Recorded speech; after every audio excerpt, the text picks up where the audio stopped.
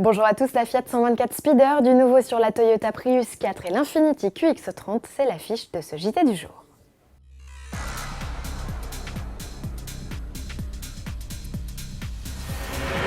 C'est le grand retour du cabriolet chez Fiat et qui plus est avec un nom mythique, celui de 124 Speeder. Avant de parler de la nouvelle mouture, une piqûre de rappel s'impose. Née en novembre 66, la Fiat 124 Speeder remporte rapidement un franc succès, à tel point qu'au cours de ses 19 ans de carrière, elle ne verra jamais ses lignes modifiées. Impensable de nos jours. Le constructeur ne s'en cache pas, la 124 Speeder New Generation est une réinterprétation moderne du concept original. Plus ou moins réussi, diront certains, troublé par ses optiques futuristes ou son popotin façon Viper. Enfin, c'est bien avec la Mazda MX-5, le roadster le plus vendu de tous les temps, qu'elle partage le plus de points communs. Son châssis, sa capote en toile manuelle ou encore l'implantation de son habitacle singe le modèle nippon. En revanche, sous le capot, Fiat a préféré installer son 4 cylindres turbo de 140 chevaux. Il est associé à une boîte mécanique à 6 rapports et transmet sa puissance aux roues arrière. Annoncée sur les routes à l'été 2016, la 124 Speeder sera déclinée dès son lancement en une série limitée 60e anniversaire. Infiniti revoit sa stratégie et ne mise plus seulement sur les gros SUV et autres chic berlines. Pour conquérir une clientèle plus jeune et branchée, la firme mise sur des modèles compacts.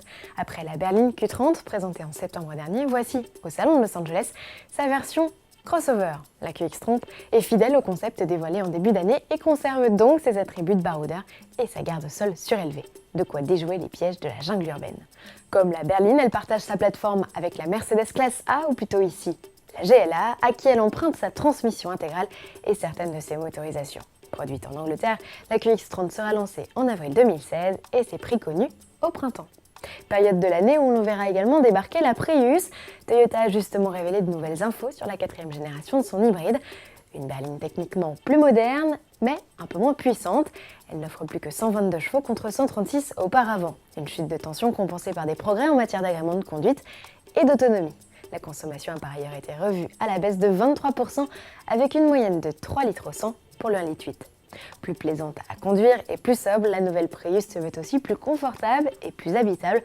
Un point qui se vérifie notamment au niveau du coffre dont le volume grimpe de 13% à 502 décimètres-cubes. Il faut dire que la batterie nickel hydrure métallique est désormais implantée sous la banquette arrière et que dans sa transformation, la Prius est allongée de 6 cm.